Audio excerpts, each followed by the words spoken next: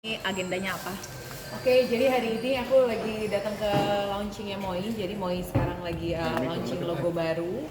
Terus aku sama Kama khusus pulang ke Jakarta buat acara ini. Jadi ya happy sih, tadi malam kita naik kereta ninggalin anak-anak yang lain gitu, karena aku juga sebagai salah satu customernya Moi yang udah setia, senang aja ngelihat Moi itu udah makin berkembang dengan baik. Makanya nge-support acara ini, lagi liburan di Jogja yang udah 3 minggu, aku bela-belain pulang, baru tidur 2 jam, tapi ya senang aja bisa kumpul di sini. Pakai Moi udah lama, jadi mungkin 3 tahunan ya. Jadi setiap lebaran tuh aku selalu pusing nyari baju lebaran yang nyaman dan bisa kembaran semuanya gitu, karena anak aku kan variatif usianya, ada yang dari 3 tahun, ada yang 5, ada yang 7, ada yang 10, sama ada yang 13 tahun, bahkan ada yang 21 tahun. Tiap nyari baju tuh nggak gampang gitu. Nah terus pas kenal Moi langsung kayak ini tiap tahun sebelum lebaran, dua bulan sebelum lebaran udah harus ngubar baju ini gitu. Tuh yang tawarin jadi brand ambassador, happy banget sih. Yang buat nyaman apa sih, Kak? Yang buat nyaman, please, buat kalian yang lagi nyari baju lebaran, beli Moi, pegang bahannya. Ya ampun, bahannya tuh kayak rasanya kayak pakai baju tidur, padahal dia baju pergi gitu kan. Modelnya juga keren banget dan bisa dipakai nggak cuma satu occasion aja. Dia mungkin selektif nggak sih pilih-pilih barang buat anak, karena kan anak-anak juga banyak, ada juga yang alergi beberapa ya. Bener, jadi aku salah satu, mungkin karena aku salah satu UMKM juga, dan aku tuh selalu bangga ketika aku bisa pakai produk dalam negeri gitu kan. Jadi setiap aku belanja baju atau tas atau apapun itu, pasti yang pertama aku cari adalah brand lokal, karena aku percaya brand lokal kita nih bagus-bagus, dan aku lebih bangga ketika pakai brand lokal gitu. Dan si Moi ini benar-benar menggambarkan itu semua sih. Jadi brand lokal, harganya terjangkau, modelnya keren gitu kan, dan bahannya nyaman. Karena buat aku anak-anak itu harus pakai baju yang nyaman. Anakku belum ngerti model gitu, apalagi anak dari bayi. Mereka nggak peduli modelnya kayak apa, yang pasti kan mereka kayak pasrah aja dipakein baju sama kita. Nah makanya aku pengen milihin mereka bahan-bahan yang emang pasti enak.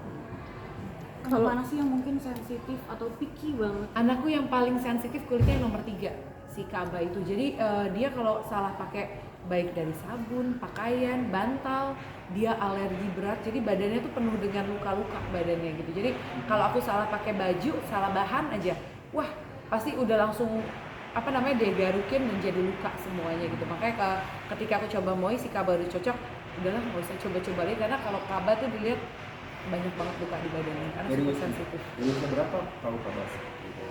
Kaba dari lahir, jadi emang dia ini anakku yang paling sensitif. Jadi kalau pakai baju aja harus nyari yang yang bahannya tuh bener-bener bisa nyerap keringat, terus bahannya kalau kegesek sama kulit itu nggak bikin dia jadi alerginya muncul kayak gitu sih.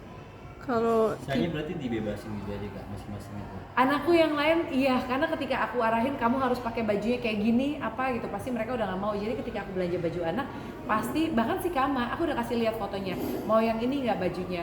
Kadang-kadang sih tetap ya aku beliin baju yang kembar, atasannya kayak apa, ntar bawahannya atau enggak mereka bisa mix and match sama luarannya masing-masing gitu. Jadi emang aku membebaskan anak-anak aku untuk berekspresi, menunjukkan karakternya dengan fashionnya mereka. Tapi ya tetap aku pilihin dulu nih awalnya, nanti di rumah mereka milih sendiri.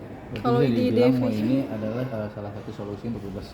Aduh, Moi ini bener-bener solutif banget, nggak cuma untuk pakaian tapi juga beddingnya. Tadi aku udah cerita, bahkan aku ya, nggak cuma anak-anak, kita udah nggak bisa tidur kalau nggak pakai mochi haknya Moi. Ini bukan karena lagi promosi, lagi ngomong apa segala macem. Kayaknya kalau temen-temen beli coba mochi haknya yang jumbo, itu udah kayak nggak bisa tidur kalau nggak pakai tuh bantal. Aku biasanya kan kayak pusing ya milih bantal tuh yang bahannya enak, karena makin nambah usia kayak aku picky banget sama bantal. Kalau salah dikit bangun tidur bawaannya pusing. Setelah nyobain mochi hak, kayak mamahku aja sampai minta beliin, papaku, adik kakakku, sahabat-sahabatku semua kayak aku kenalin. Jadi kayak sekarang udah Moi banget, nggak cuma pakaian tapi juga untuk bantal. kalau ide-ide fashion atau pakaian sehari-hari itu liatnya kemana sih? Kiblatnya kemana atau ada inspirasi dari mana? Gak punya lagi. Kalau ditanya referensi, aku tuh orang yang jujur ya, aku orang yang agak cuek sama fashion gitu. Maksudnya aku nggak terlalu peduli model yang update-nya kayak apa. Yang penting aku merasa nyaman dan merasa tergambarkan dengan karakterku sama baju tersebut. Begitu juga anak-anakku. Jadi kayak bonus sih buat aku, orang yang cuek sama modelnya, yang up to date gimana. Yang penting aku percaya bahannya bagus. Taunya bonusnya Moi ini mengikuti perkembangan tren gitu. Jadi udah dapat bahan bagus, udah kalau pakai baju Moi udah pasti keren aja, karena mereka up to date banget sama model-model terbaru. Kalau nyaman tapi harganya tinggi juga tetap beli nggak sih? Enggak lagi. Gini ya, punya anak 6 ya. Jadi kalau beli baju, beli apapun itu pasti aku pertimbangan banget buat apa aku beli barang yang harganya mahal, tapi kalau aku bisa dapetin dengan harganya yang jauh lebih murah tapi kualitasnya sama. Karena kadang-kadang harga mahal itu bukan karena kain, bukan karena modelnya, tapi karena brandingannya yang sudah ditempatkan posisinya tinggi, jadi harganya dibuat jadi mahal gitu. Nah kalau Moing ini aku senangnya harganya nggak terlalu mahal, brandingannya tetap terjaga, terlihat bagus terus gitu kan, kualitasnya pun oke banget. Berarti ada budgeting sendiri nggak sih untuk fashion? Budget sendiri? Nggak lagi, seiring waktu aja, dan alhamdulillah karena anaknya bedanya umurnya nggak terlalu jauh, jadi kadang-kadang yang aku beli hanya umur yang paling gede. Jadi pokoknya kalau yang nomor 5 sama nomor 4 pasti dapetnya turunan-turunan terus gitu. Jadi ya agak awet lah. Tapi Ya, ini kan pernah nggak tahun- sih beliin barang-barang mewah yang brand-brand luar untuk anak gitu? Nggak pernah, aku juga nggak punya dan nggak tertarik. Dan alhamdulillah ternyata kan karena buat aku brand dalam nih lebih punya statement sesuai dengan karakter kita orang Indonesia. Kalau brand luar kan pasti mereka punya visi misi sendiri, statementnya masing-masing gitu kan. Jadi kenapa aku pilih brand Indonesia, karena kita pasti punya visi misi yang sama, identitas yang sama juga. Ya mungkin kan ini kan akhir tahun, mau tahun baruan juga, seragapan juga nggak sih sama anak-anak? Enggak ya, enggak, karena apa namanya, ya aku yang bilang tadi gitu, karena kalau udah anak-anak bajunya aku pikirin seragam buat dipakai samaan, mereka nggak ada yang mau. Jadi biasanya aku cuma nyesuaiin warnanya aja, misalnya kayak pastel semua, terus lagi pakai monokrom, pakainya yang monokrom semua. Ini lagi liburan akhir tahun di Jogja. Enggak, sebenarnya kerjanya berkedok liburan gitu. Jadi Mas Hanung kerja di Jogja, anak-anaknya karena liburnya kasihan kan, liburnya sebulan lebih seminggu, ya aku bawa ke Jogja. Jadi mereka rasanya oh kita lagi liburan, padahal nemenin bapaknya syuting sampai tanggal 29. Tahun baru berarti di sana? Tahun baru Malam tahun baru? mestinya di sana, tapi sekarang lagi agak galau karena ponakanku yang lain ngajakin anakku yang satunya sunat, jadi belum tahu nih balik Jogja. Jadi aku pulang ke Jakarta nih hanya bawa 2 anak, jadi 4 anak masih di sana. Kak, sorry, update sedikit kondisi kaki dari Kak.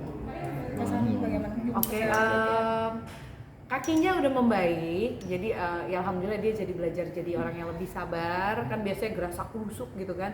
Nah kemarin semenjak kakinya ketiban motor, kan nggak boleh napak 2 bulan kan. Jadi dia pergerakannya lebih pelan, jadi lebih melatih kesabaran dia, dan itu bagus sih buat dia mama. Sorry, itu ketiban atau gimana sih Kak? Ketiban, jadi habis lagi manasin motor terus dia lupa standarnya udah diangkat terus dia lepas gitu. Nggak tahu, aku juga nggak di sana, katanya sih gitu. Tapi yang menarik Kakak kan di kolom komen motornya beli kapan? Emang nggak pernah bilang beli motor itu?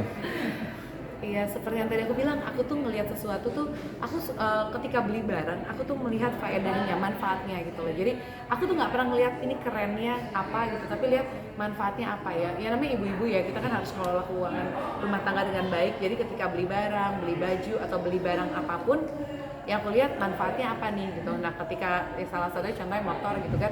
Motor kan kita beli buat apa sih? Buat praktis, buat jalannya lebih cepat gitu kan. Tapi ketika motornya besar, terus sebesar mobil, tetap kena macet gitu kan, faedahnya apa? Udah gitu suaranya berisik, mengganggu. Dan di Indonesia kan buat jalan cepat kan, kalau motor besar tuh nggak bisa kecepatan pelan kan, harus ngebut mau di mana gitu. Nggak ada faedahnya, harganya mahal juga gitu. Makanya terus dia kayaknya belinya udah lama, tapi dia selalu taruhnya di studionya dia. Jadi kalau aku ke Jogjanya, dia ke Jogja sendiri, dia taruh rumah, pas aku mau ke Jogja dia balikin umpetin di studio gitu. Jadi aku juga belum lihat sampai sekarang. Kemarin aku nyampe, mana motornya? Nah udah balik ke studio. Dirawat berapa lama? Di rumah sakit 4 hari kayaknya ya. Sejauh ini udah normal mungkin aktivitasnya Kak? Apa? Sejauh ini udah normal aktivitasnya? Belum dong, karena belum bisa napak. Jalannya fisioterapis juga tuh. Fisioterapi, makanya nih besok dia juga ada premier filmnya, kita lihatnya dia jadinya pakai kursi roda atau coba jalan. Kak, ini kan si yang perempuan udah besar nih, gimana nih ininya nih? Boleh ngomong.